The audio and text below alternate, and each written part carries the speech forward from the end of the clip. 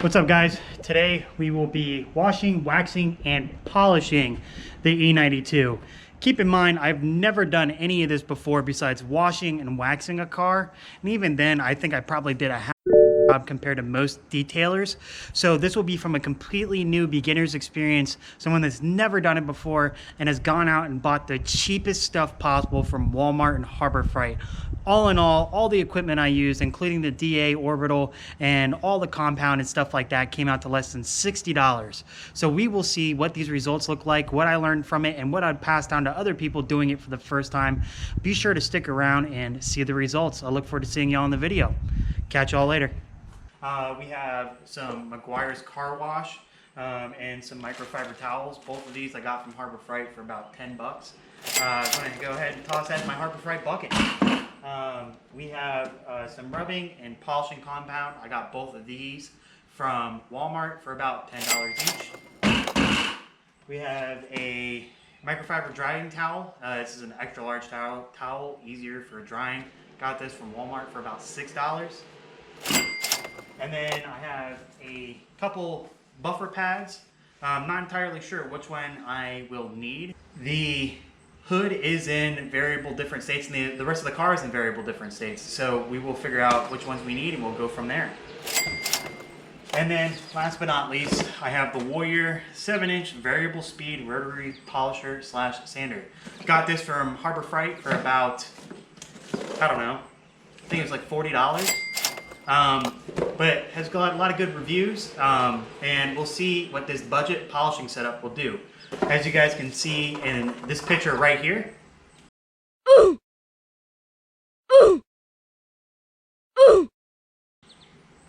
have a lot of paint imperfections, scratches, and stuff like that. I'm not entirely sure how deep it is or what I'll exactly need in order to get all those scratches out, but we're about to find out.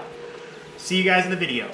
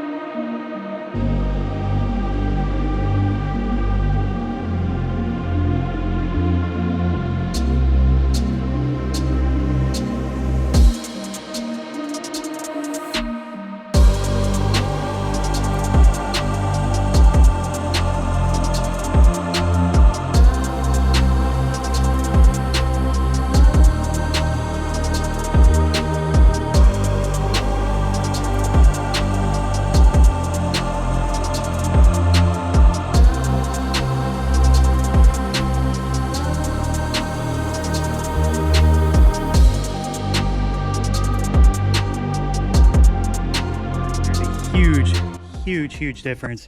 One of the biggest differences I can feel, like quite literally feel, is that when I run my hands across and my fingers, I don't feel any drag. Of course, I still do have my paint imperfections because this is a this hood was replaced at some point, and you can see like where they didn't really paint the hood very well, or when they resprayed it, it wasn't done very well. And it does have stuff embedded into it, like into the actual paint, where there's glaze over it. But in all honesty, I'm impressed. I am super excited to go ahead and do the polishing step and see where we're at there.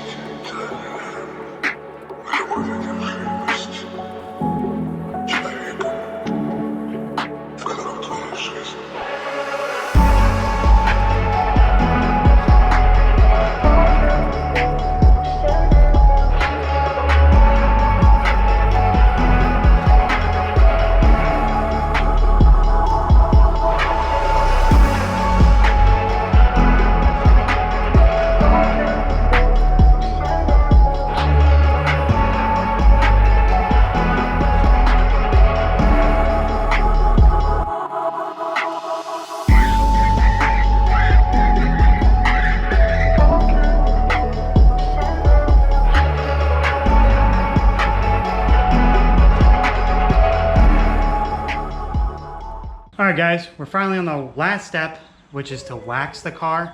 I'm not gonna record this because I feel like it's repetitive at this point, but I'm so excited for this to be over. One, I'm happy to see how good it shines, and two, this sucks.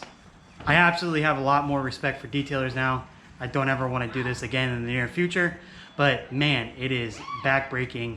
I'd much rather be working on something mechanical than detailing this car. I'll see you guys when I'm done.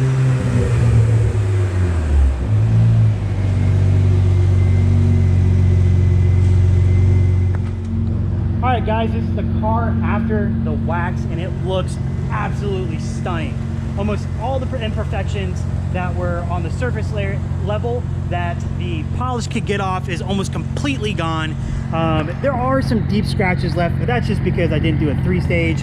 Am I worried about it? Absolutely not. I am just happy with how fresh and restored this paint looks from just $60. $60 and like 9.5 or 10 hours of labor.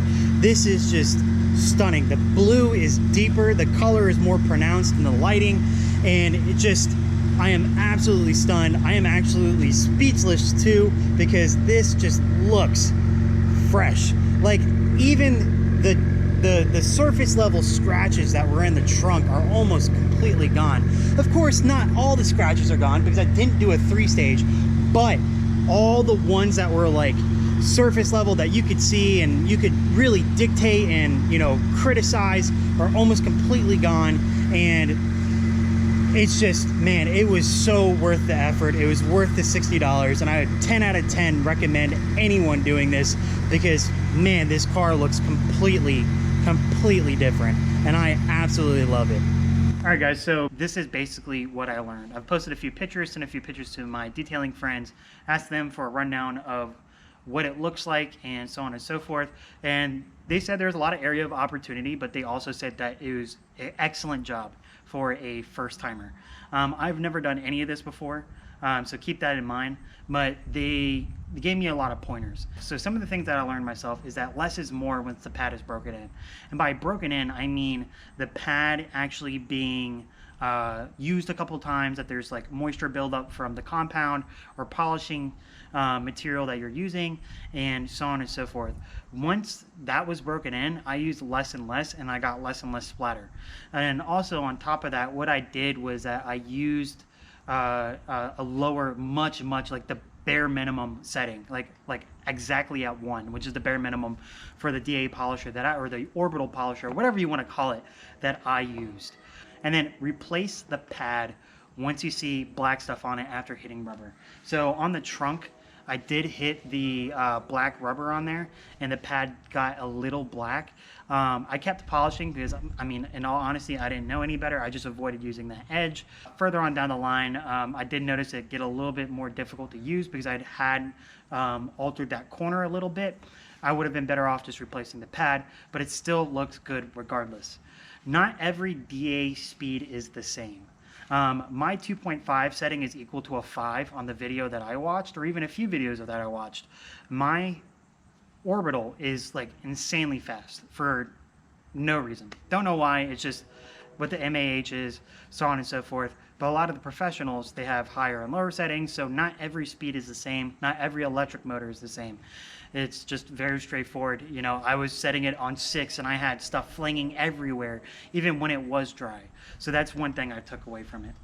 Another thing that I learned from another YouTuber is put pillow pressure into it. You know, when you go into a hotel, you're feeling how soft those pillows are, same thing. That's about how much pressure you want to put into the DA, and that's what I did, and I noticed a night and day difference. A lot of the scratches went away on the first pass. When you're flinging polish, you have too much or you didn't work it in enough. It's hard, really hard to find that balance. Finding that balance was difficult for me, so almost all throughout the car I had flinging polish, and it was really frustrating because I didn't know what I was doing wrong. And come to find out, you know, once you do this profession or you've done this a couple times, you find that perfect balance. Another thing that I learned is double check your work with a high quality light. A phone light is not good enough. I have an iPhone 16 Max, and the light on it, it just was not good enough to show all of the scratches. Even when using a camera or whatever it may be, I just could not see them all. But once I went back with my Coast light, picture of it here,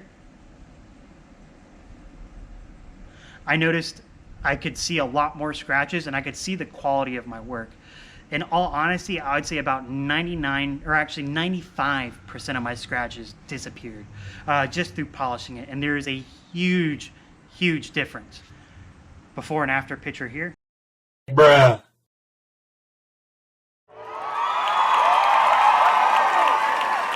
The biggest difference that shocked me was how smooth the paint was, which is a direct reflection on the quality of paint and the polish.